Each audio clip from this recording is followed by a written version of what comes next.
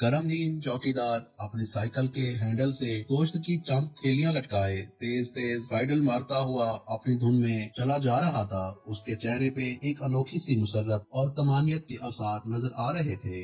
एक इंतहाई गरीब से मोहल्ले में पहुंचकर उसने एक घर के सामने साइकिल रोकी और दरवाजा खटखटाया। कुछ देर बाद अंदर से एक नस्वानी आवाज आई कि जी कौन? बाजी, मैं हूँ करमदीन चौकीदार। उसके बुलंद आवाज से जवाब देते ही दरवाजा खुला और दुपट्टे के पल्लू से चेहरा ढांपे एक औरत नजर आई। करमदीन ने निगाहें झुकाते हुए उस खातून को बड़े एहतराम से सलाम किया, हाल अहवाल पूछा, ईद की मुबारकबाद दी और गोश्त की एक थैली उसकी तरफ बढ़ाते हुए कहा कि ले बाजी, ये आपका हिस्सा है। उस औरत ने थैली लेते हुए करमदीन को मुखातिब करते हुए कहा कि करमदीन, मैं तेरा शुक्रिया अदा नहीं कर सकती, बस अल्लाह के सामने अपनी बच्चियों की यतीमी पेश करके तेरे लिए हमेशा खैर मांगती रहती हूँ। ये सुनकर करमदीन की आंखें भी डबडबा गईं। उसने जल्दी से चेहरा दूसरी तरफ करते हुए कहा कि देख बहन, तुझे कितनी बार कहा है ऐसी बातें ना किया कर, मुझे अच्छा नहीं लगता। तू मेरी बहनों की तरह है और तेरी बेटियां मुझे अपनी बेटियों की तरह ही अजीज हैं। अच्छा, मैं अब चलता हूँ, मुझे और घरों में भी उनका हिस्सा पहुँचाना है।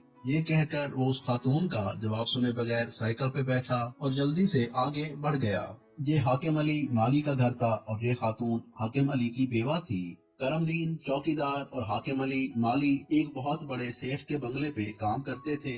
दोनों में अगरचे कुछ खास ताल्लुक नहीं था, बस अच्छी सलाम दुआ थी और रोज आते जाते एक दूसरे का हाल अहवाल पूछ लेते थे। दोनों में गरीबे के अलावा एक बात ये भी मुश्तरक थी कि दोनों की चार चार बेटियां ही थी, बेटा कोई नहीं था। एक दिन ऐसा हुआ कि हाकिम अली काम पे ना आया। यूं तो वो पहले भी कई बार छुट्टी कर लिया करता था, मगर आज शायद सेठ साहब के कुछ मेहमान आने थे, इसलिए उन्होंने करमदीन को उसका पता करने के लिए उसके घर भेज दिया। करमदीन वहाँ पहुँचा तो देखा कि उसके घर तो गोया क़यामत सुगरा बरपा थी। हाकिम अली की बीवी और बेटियां धाने मार मार के रो रही थीं। हाकिम अली रात सोया तो सुबह उठा ही नहीं। वो अपनी बीवी और बेटियों को इस दुनिया के रहमो करम पे छोड़कर हमेशा के लिए सो चुका था। करमदीन बेचारा खुद भी बहुत गरीब आदमी था और बाल बच्चेदार भी, मगर उस दिन से हर छोटी बड़ी ईद पे जितना हो सकता था उनके लिए कोई न कोई चीज और गोश्त पहुंचा दिया करता था। करमदीन जब पहली बार उनके यहाँ गोश्त लेकर आया तो हाकिम अली की बीवी ने रोते हुए कहा कि करमदीन, अल्लाह तेरा भला करे, आज मेरे बच्चे 1.5-2 साल बाद पहली बार गोश्त खाएंगे। बस ये जुमला सुनना था कि उसके दिल पे खंजर से चल गए। बस वो दिन था और आज का दिन कि वो उनके साथ साथ ऐसे 4-5 और घरों की भी वक्तन फवक्तन मदद करता रहता था। बाकी घरों में भी गोश्त की थैलियां पहुंचा के वापस पलटा तो काफी देर हो चुकी थी। उसने साइकिल मोड़ी और अपने घर की राह पकड़ ली। जैसे जैसे उसका घर नजदीक आ रहा था, उसके चेहरे पे परेशानी के तासुरात बढ़ते जा रहे थे। रस्ते में एक जगह एक नलके पे रुककर उसने साइकिल साफ करने वाला कपड़ा भिगोकर हैंडल पे लगे गोश्त और खून के निशानात को साफ किया। वो शायद ये निशानात अपने घर वालों से छुपाना चाहता था और फिर वो दोबारा अपने घर की तरफ चल दिया।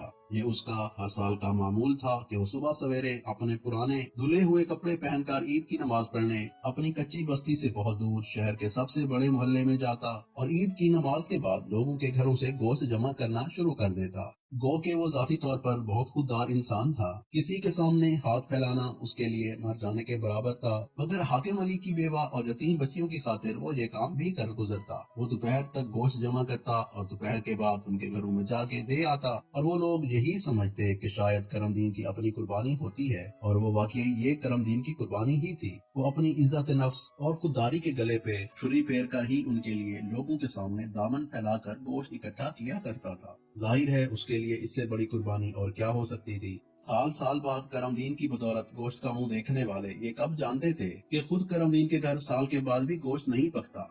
कई बार करमदीन के जी में आया कि वो भी एक आध थैली अपने घर भी ले जाए, मगर हर बार उसका ज़मीर उसके आड़े आ जाता और अपने बच्चों को ये गोश्त चाहते हुए भी ना खिला पाता। करमदीन की बस्ती करीब आ चुकी थी। उसने अपनी आंखों की नमी को लोगों से नजरें बचाकर साफ किया और अपने दर्दो आलम को चेहरे के मसनूई तासुरात से छुपाने की कोशिश करता हुआ अपनी गली में मुड़ गया। अब उसके सामने उसके अपने घर का दरवाजा मौजूद था, जिसके पार गुर्बत अफलास का लिबादा ओढ़े उसकी बीवी और बेटियां उसकी मुंतजिर थी। करमदीन ने कुछ लम्हे तवक्कुफ करके दरवाजा खटखटाया। उसकी छोटी बेटी ने दरवाजे के दर्ज में से अपने बाप को देखकर दरवाजा खोल दिया। करमदीन सर झुकाए हुए अपने घर में दाखिल हो गया। उसने इसी तरह ऊंची आवाज में सबको सलाम करके सर उठाया तो देखकर हैरान रह गया कि उसके सहन के बीचों बीच बड़े बड़े थैलों का ढेर लगा हुआ है और साथ ही एक थैले में अच्छा खासा गोश्त भी पड़ा हुआ है। करमदीन ने हैरत से अपनी बीवी की तरफ देखा और पूछा कि ये सब कहाँ से आया। उसकी बीवी बोली कि एक बहुत बड़ी गाड़ी में कोई बड़ा आदमी आया था। वो कह रहा था कि वो आपको जानता है और साथ में एक चिट्ठी भी देकर गया है। मैंने सामान तो उसके सिरार पे रख लिया, मगर अब आपके इंतजार में ही थी और साथ ही एक लिफाफा करमदीन की तरफ बढ़ा दिया।